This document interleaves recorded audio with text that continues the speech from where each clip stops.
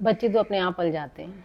हमने अपने बड़ों को कितनी बार ये कहते हुए सुना है, और शायद उस समय के लिए ये ठीक भी था। अच्छी परवरिश के लिए जो खुशी और सुरक्षा का माहौल चाहिए होता है, वो पहले क्रिएट करना कंपैरेटिवली ईजी था।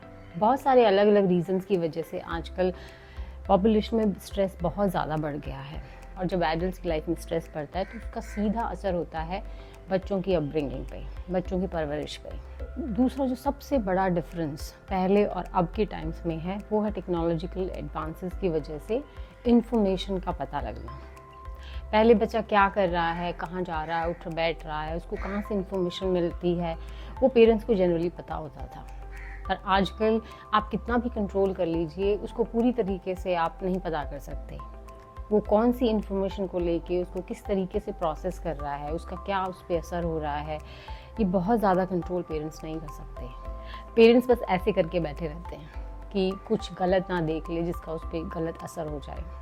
पर्सनालिटी के बहुत ज़रूरी पहलू, जैसे कि बच्चा अपने बारे में क्या सोचता है, सेल्फ कॉन्सेप्ट, सेल्फ बिलीफ, समाज के बारे में क्या सोचता है, इन सब चीज़ों का डेवलपमेंट शुरुआती चाइल्डहुड में होता है। आज का इन्वायरमेंट है, उसमें बच्चों के डेवलपमेंट में स्पोर्ट्स ट्रेनिंग एक बहुत ही ज़्यादा हेल्पफुल टूल बन सकती है। स्पोर्ट्स ट्रेनिंग में पर्सनालिटी के जो खास पहलू हैं बहुत ज़्यादा इस्तेमाल होते हैं। तो अगर बच्चा स्पोर्ट्स ट्रेनिंग करता है कुछ सालों तक, तो उसकी पर्सनालिटी में बहुत पॉजिटिव चेंजेस आ सकते हैं। इंसान अलग अलग सिचुएशंस में अलग अलग इमोशंस फील करता है। खासकर जो टेंस सिचुएशंस हैं उनमें बहुत स्ट्रॉन्ग इमोशंस फील करता है, जैसे कि गुस्सा, दुख या खुशी, गिल्ट। अभी ये बहुत ज़्यादा स्ट्रॉन्ग हैं तो आप ये काम में इंटरफेयर करना शुरू करते हैं। इसीलिए इसको रेगुलेट करना आना चाहिए। और साइकोलॉजी में कहा गया है कि जिस इंसान का बचपन में ये इमोशनल रेगुलेशन प्रोसेस अच्छा होता है, अच्छे से डेवलप होता है, वो आगे जाके मुश्किल सिचुएशंस को अच्छे से पार कर लेता है। स्पोर्ट्स ट्रेनिंग जहाँ एक प्लेयर अलग अलग सिचुएशंस में बहुत स्ट्रॉन्ग इमोशन से गुजरता है, हार में, जीत में, या फिर परफॉर्मेंस की टेंशन होती है, एंग्जाइटी बढ़ जाती है, बच्चे की डेवलपमेंट में बहुत सहायक हो सकता है।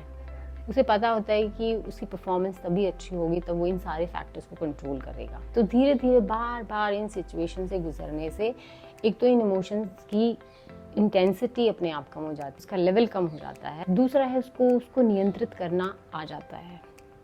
तो कितनी इम्पॉर्टेंट चीज़ होती है स्पोर्ट्स ट्रेनिंग। दूसरा है कि अगर उसकी परफॉर्मेंस भी अच्छी नहीं होती है तो उसको पता है कि अगर वो ट्रेनिंग को में फिर से कुछ चेंजेस लेके आएगा, मेहनत करेगा, तो आगे उसकी परफॉर्मेंस बढ़ेगी। और ये होता भी है। जितना एक्सपेक्ट किया है हो सकता है उतना ना हो, लेकिन उसको पता है कि अगर वो जो काम करता है उसका सीधा कनेक्शन है आपकी परफॉर्मेंस से। तो धीरे धीरे पहलू और भी मजबूत होता जाता है और प्लेयर दूसरों पे डिपेंड करने की बजाय खुद पे डिपेंड करना सीखता है। वो अपनी परफॉर्मेंस के लिए दूसरों को जिम्मेवार नहीं ठहराते। अगला है, तो घर में जो भी माँ बाप बच्चों के लिए करते हैं हम सोचते हैं ये तो उनका काम है, लेकिन स्पोर्ट्स ट्रेनिंग में सब कुछ चेंज हो जाता है। जब प्लेयर एक मैच में खड़ा होता है तो उसको पता होता है कि वो वहाँ तक अकेले नहीं पहुँचा है, उसके पीछे बहुत लोगों ने उसकी मदद करी है। चाहे वो छोटी से छोटी ही चीज़ ही हो कि उसको किसी ने ट्रेनिंग ग्राउंड तक ड्रॉप कर दिया हो, या कंपटीशन के टाइम पे कुछ इक्विपमेंट में फॉल्ट आ गया और किसी ने उसकी मदद कर दी, उनकी भी, और इसी वजह से वो भी दूसरों की मदद करता है। तो दूसरे प्लेयर्स के साथ, सोसाइटी के साथ जो एक लेन देन का रिश्ता क्रिएट होता है, ये उसकी सोशल एडजस्टमेंट के लिए या सोसाइटी में फिट होने के लिए बहुत इंपॉर्टेंट है।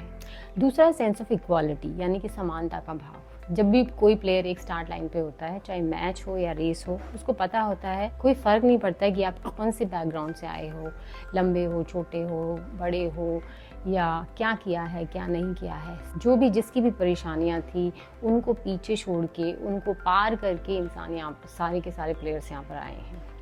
तो एक समानता का, रिस्पेक्ट का और इक्वालिटी का भाव उसमें आता है। तो स्पोर्ट्स ट्रेनिंग सिर्फ एक स्पोर्ट्स परफॉर्मेंस का ज़रिया नहीं है, वो एक एजुकेशन पेडागॉजी है, यानी कि शिक्षा की प्रणाली भी कह सकते हैं।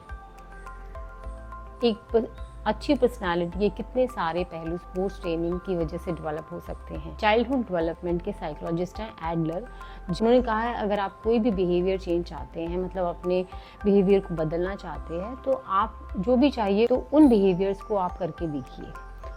और करते दौरान आपको अगर अच्छा फील होता है, आहा मूवमेंट उन्होंने इसको कहा है, तो ये आहा मूवमेंट जब आपको मिलते हैं तो वो चेंज आपके साथ हमेशा रहता है। जैसे कि अगर आप किसी की मदद करते हैं तो आपको अच्छा लगता है, तो आप उसको बार बार रिपीट करना चाहेंगे आगे भी। इस तरीके से आप अपना बिहेवियर चेंज कर सकते हैं। तो ये आह मूवमेंट्स हैं एडलर के, ये स्पोर्ट्स ट्रेनिंग में बहुत मिलते हैं। आप इन सारी चीज़ों को बोल के या दिखा के नहीं बता सकते हैं, ये बच्चे को खुद ही एक्सपीरियंस करना होता है। और जो बचपन में चेंजेस आते हैं पर्सनालिटी में और एक्सपीरियंसेस होते हैं, वो ज़्यादा पक्के होते हैं। तो स्पोर्ट्स ट्रेनिंग सिर्फ एक स्पोर्ट्स करियर या मेडल्स लेने का ज़रिया ही नहीं है, वो भी होगा अगर बच्चे का इंटरेस्ट है और वो मेहनत करता है तो वो सब भी होगा। इसके साथ साथ जो बच्चे दूसरी चीज़ों में अच्छे हैं, दूसरी चीज़ों में अपना करियर बनाना चाहते हैं, उनके लिए भी स्पोर्ट्स ट्रेनिंग बहुत ज़रूरी है। एटलीस्ट 12 साल तक, जब बच्चा 6th या 7th में होता है, तब तक हर बच्चे को स्पोर्ट्स ट्रेनिंग का एक्सपोजर मिलना चाहिए। उसके बाद आप उसको खुशी से इंजीनियर और डॉक्टर बना सकते हैं, पर उसको पहले जो जीने के लिए जो इम्पॉर्टेंट चीज़ें हैं वो सिखाना ज़रूरी है। तो आज के इन्वायरमेंट में बच्चों के डेवलपमेंट के लिए, पेरेंट्स के लिए स्पोर्ट्स ट्रेनिंग एक रामबाण का काम कर सकती है, पैनाशिया जिसको अंग्रेज़ी में हम बोलते हैं। इनफैक्ट ये सबसे अच्छी गिफ्ट है जो एक पेरेंट अपने बच्चे को दे सकता है।